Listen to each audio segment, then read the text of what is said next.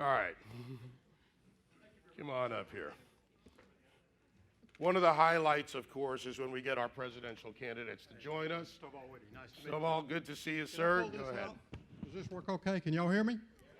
My name is Stovall Whitty. I'm from Myrtle Beach. And I have the honor of introducing the candidate that's unique in this race. He's a candidate that the establishment doesn't like. Nobody in the establishment likes this guy. They're not supporting him. Yet, he's the one that has the experience that none of the other guys have. We've known this guy since 1990. Interesting thing about it, he's one of the guys, you can ask him about that, whether he's made a mistake on some votes that he's made when he was in the Senate and in Congress. And he'll actually admit it and tell you that. You know, we got some candidates in this race that can't admit they're wrong about anything. But the key thing is the most important thing is about character. How many of y'all have seen the movie Glory? Those of you who haven't, it's about the 54th Massachusetts and the first all-black unit in the Civil War, or the war between the states. And the climax happens on July 18th, 1863. And the Union general is talking to the regimental commander of the 54th about whether or not his unit was too tired and too worn out because it had been in battle for the last few days. And Colonel Shaw, who was about 24 years old at the time, looked at the general and said, "You know, there's more to having enough rest to fighting, sir. It's about character. It's about strength of heart." I know I don't look like it, but I've spent almost 30 years of my life in uniform. And the thing that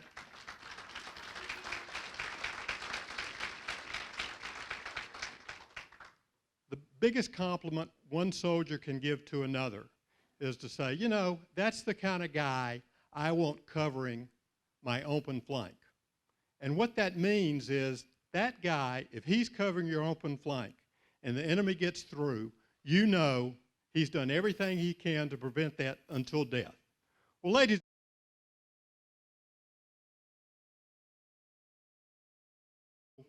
I want to introduce Rick Santorum, who I think is the absolute best guy who will cover the open flank of the American people. Thank you very much.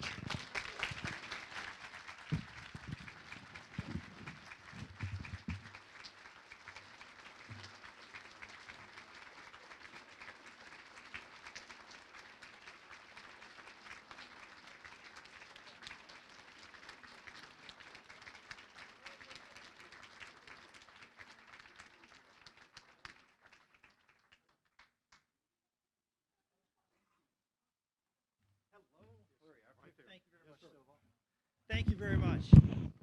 It's a pleasure to be back. This is not my first time here. I think it's my third time here, if I can recall. But it's great to be back here. Thank you so much for gathering. Thank you for your commitment to God and country. Thank you for your willingness to go out and do something, to be engaged and involved in the process, to try to make a difference to a country that, as you know, is in need of big changes. And as many of you know, because I was here 4 years ago, how much I believe that Washington is the problem that we confront. And 4 years ago, if you recall, we took on the establishment. A lot of folks were asked to run and were recruited to run against the establishment candidate, someone who was the odds-on favorite, had all the money, had all the endorsements, everything all lined up. And a lot of folks, some of them running this time, decided not to run. Didn't want to run against the Republican establishment and then take on an incumbent president. I stepped up, and I worked hard, and we came this close to winning the Republican nomination, in fact, with a lot of help from many people in this room. I just want to remind you that answering the call of freedom is something you do because you're called to the cause, not because it's about you. But it's about what you believe is your role in stepping forward and trying to help this country when it's in need.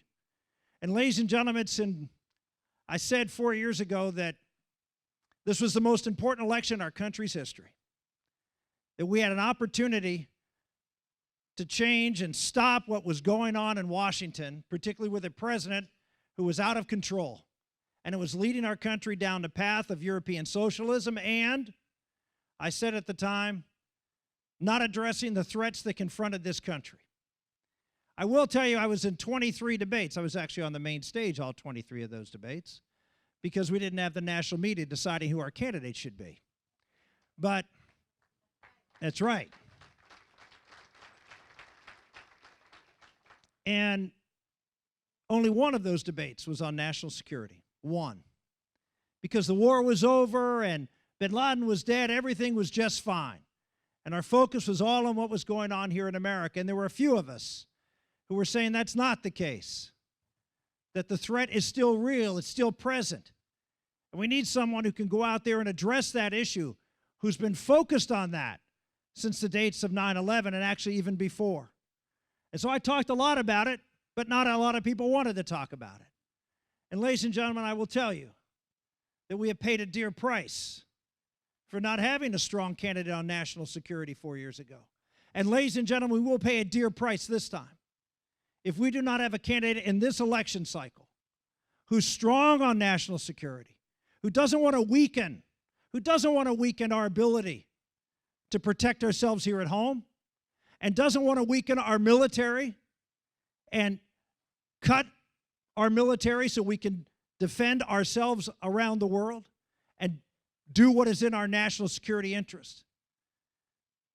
Ladies and gentlemen, I will tell you that there's one candidate in this race who has experience. There's one candidate in this race who's fought those battles.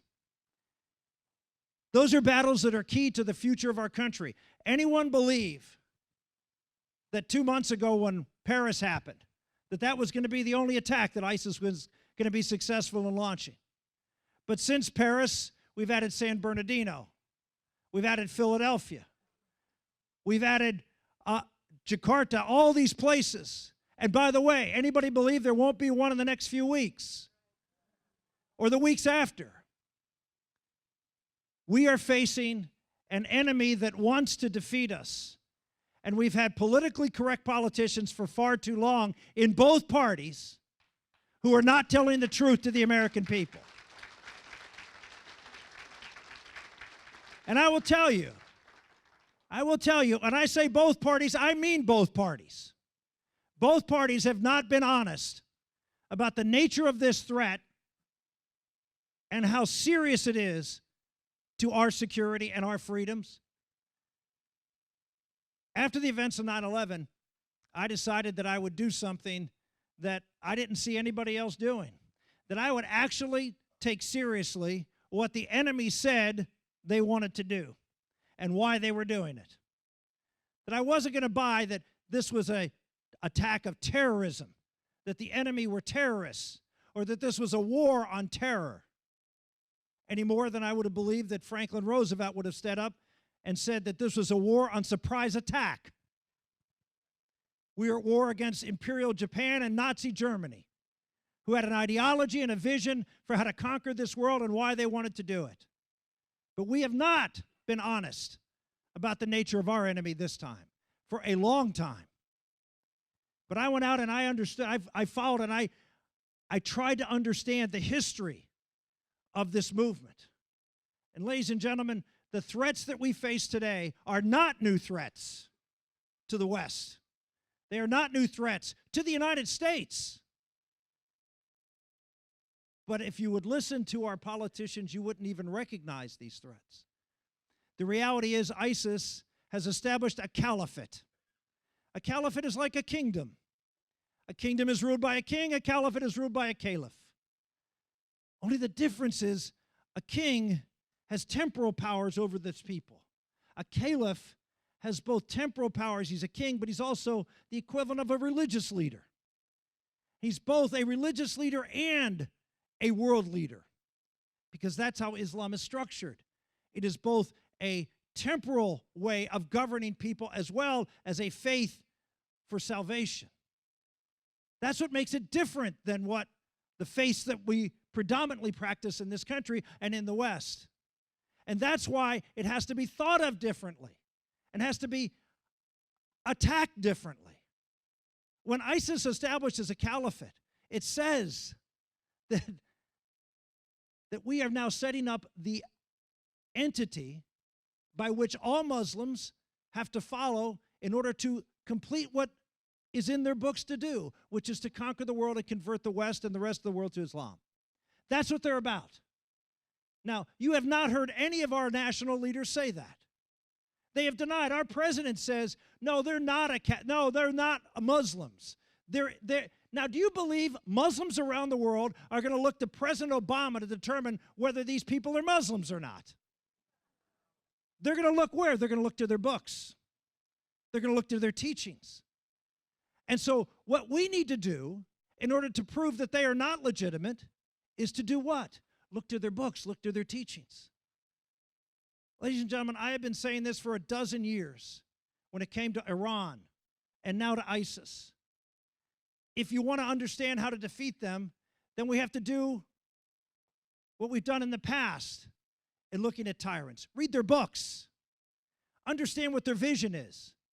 Understand why they're doing what they're doing. Be honest with the American public. And then move forward and push forward to defeat them based on how they view themselves. There are 11 Republican presidential candidates now, 3 Democrats. There were more. Back in April of this year, only one was listed as an enemy of ISIS. One was listed under the title, "In the Words of Our Enemy," with a picture and a quote, and calling me a crusader. One candidate that ISIS identified as someone who is an enemy of ISIS. Because I've been fighting them. I've been fighting ISIS and its predecessors of Al-Qaeda and Hamas and Hezbollah, all these terrorist groups. I've been fighting them and doing something about it. When I was in the United States Senate, not only did I introduce and in spite of bipartisan opposition, including President Bush, and push for sanctions on Assad in Syria, but I also did the same in Iran. As bad of a threat that ISIS is, and they do want to destroy Western civilization and conquer it for Islam. They do want to do that. That's their objective. And if you think they're going to stop because we say that they're not real, they're only going to stop if we do what's necessary. And that is, a caliphate is legitimate as long as they operate and control an area that is governed for Islam, you impose Sharia law, and that they have an operating state, and then they can successfully spread jihadism from that state. That's what makes them a legitimate caliphate in the eyes of so many who are being attracted to them. The only way to stop that is to take their land.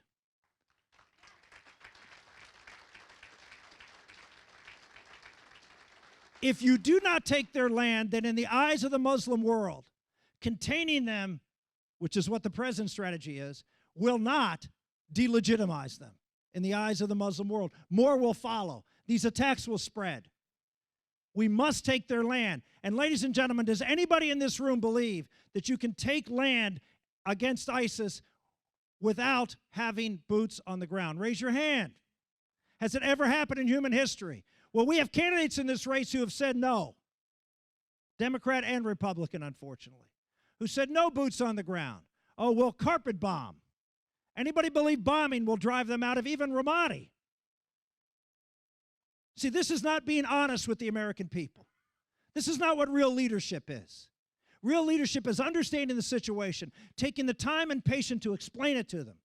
I could stand up here and give you one-liner after one-liner to get you to applaud. But we're talking about serious things, ladies and gentlemen. We're talking about not just attacks in New York. Oh, that's what Al-Qaeda did. They do big attacks like the Jakarta attack.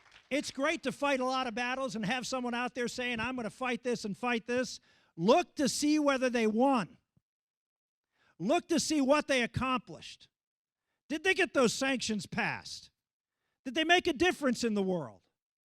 Is it, one of the things I found is in Washington, it's easy to stop things from happening.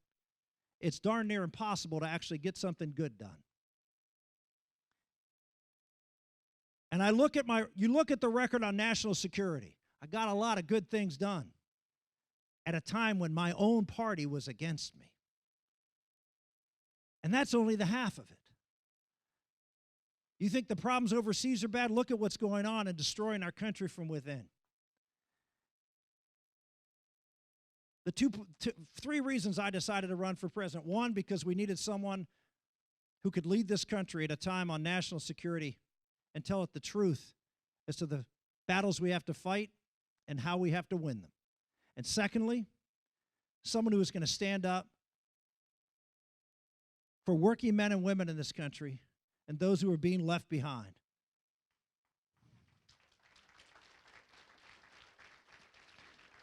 You'll hear tonight at the Democratic debate all this talk about those in the middle of America, and it's hollowing out, and there's no income, there's income inequality, there's no chance to rise in society. You would think that we had a Republican president over the last 7 years. But the reality is, they're right. And if we aren't the movement that's for filling that middle of America again, giving the opportunity for people to rise again, and if we're not out there talking about the struggles and the lack of hope that ordinary men and women, people who pay their taxes and want to get a good job and want to provide for themselves and their family, if we're not connecting with them, then we're not going to win the states we need to win. We're not going to win the Pennsylvanians and the Ohios and the Michigans. We're not going to win those states. I won in Pennsylvania, a state with 1 million more Democrats than Republicans. I was the only conservative to win in a year that George Bush ran and won. I was the only one to win a Senate race as a conservative in a state that Bush lost. Because I went out and talked about the issues that were important. I came from a steel town. I grew up the grandson of a coal miner. I spent my entire political career talking about how we can bring back the manufacturing economy in this country. And here, ladies and gentlemen, we have the chance to do that. If anybody's proved that, South Carolina has proved that. What you can do to bring back manufacturing. You say, well, that's the past. If it's the past, what are you going to say to the 74% of Americans who don't have a college degree? What are you going to say to them about the opportunities for them in the future? We put forth a plan, a flat tax, and a manufacturing plan, a regulation that will revitalize this country and make us number one in manufacturing. You roll your eyes. How can we be number one? 10 years ago, if I'd have said we were going to be number one in energy production, what would you have said? Today, we're number one in energy production in the world. We can be that if we dedicate ourselves to making opportunities available for everybody. And the third reason, the final reason I ran, was because I know that the problems confronting every area of America, whether it's our education system, whether it's our economy, whether it's our healthcare system, you name it, at the core of the problem in America today is the breakdown of the nuclear family.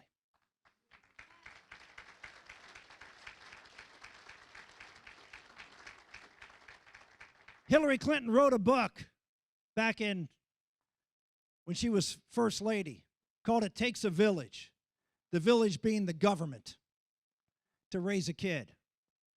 I wrote a book in response to her.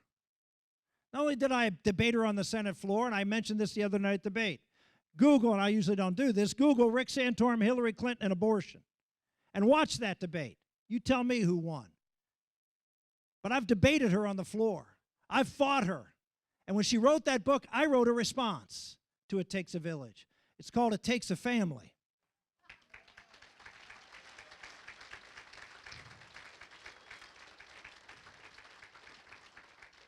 Ladies and gentlemen, if we don't have a president who's willing to stand up and articulate a vision for why our philosophy of limited government works and can only work with strong families instilling virtue and values. You don't want a big government? You better have moral and decent people.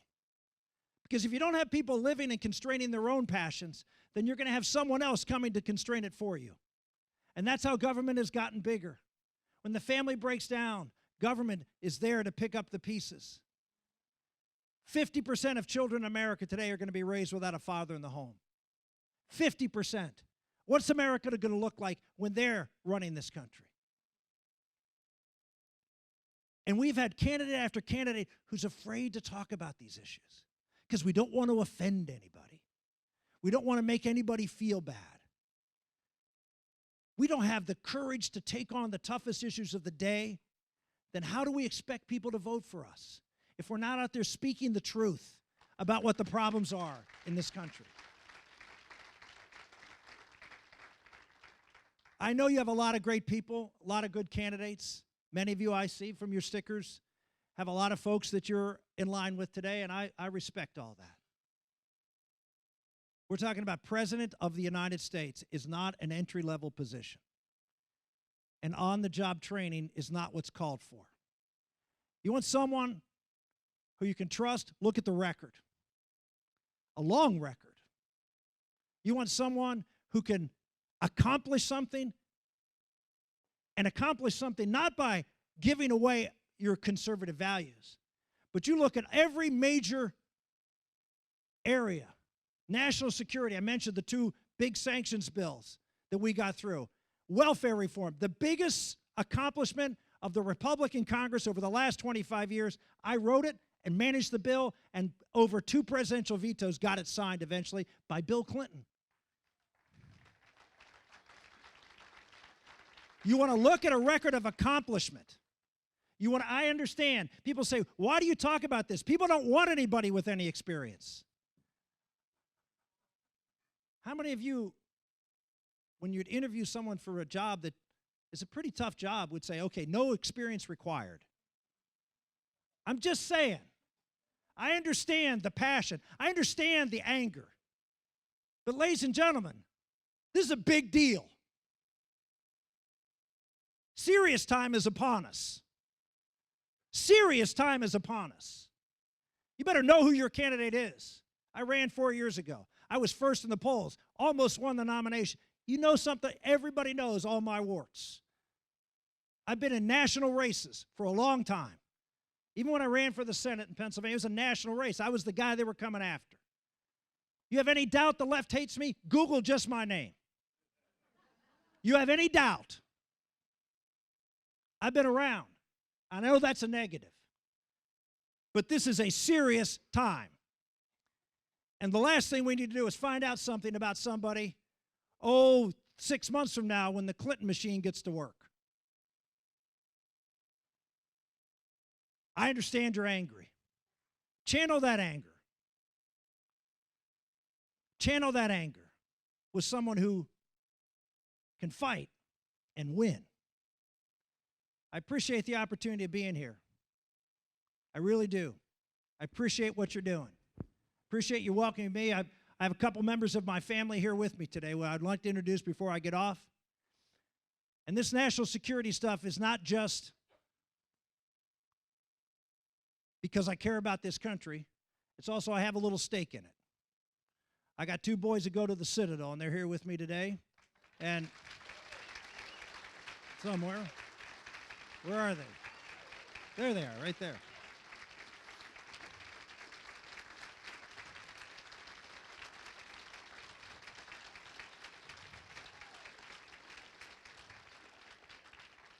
South Carolina gets a piece of my hide every quarter. Out-of-state tuition is no fun at the Citadel. But I'm proud that they're there. And they're there because of you. Because 4 years ago, I campaigned here, and my son, my oldest one, the big guy there,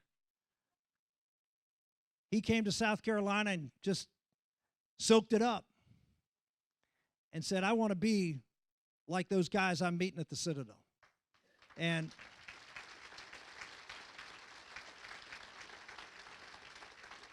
so I always have a soft place in my heart for this state. I thank you for that. And I also thank you for your engagement and involvement in this issue. And one last word. This is the most important race in our country's history. I understand why you're angry. All I would say is, please pray and do the right thing. Don't act out of anger. Don't act out of frustration. Any of you in your life, when you've acted out of anger and frustration, has it turned out well for you? I can tell you in my case, it hasn't. All I would say is channel that into something that's positive for your country. And that's why I ask for your support. Thank you, and God bless. Well done, sir. Congratulations. Good luck on the trail.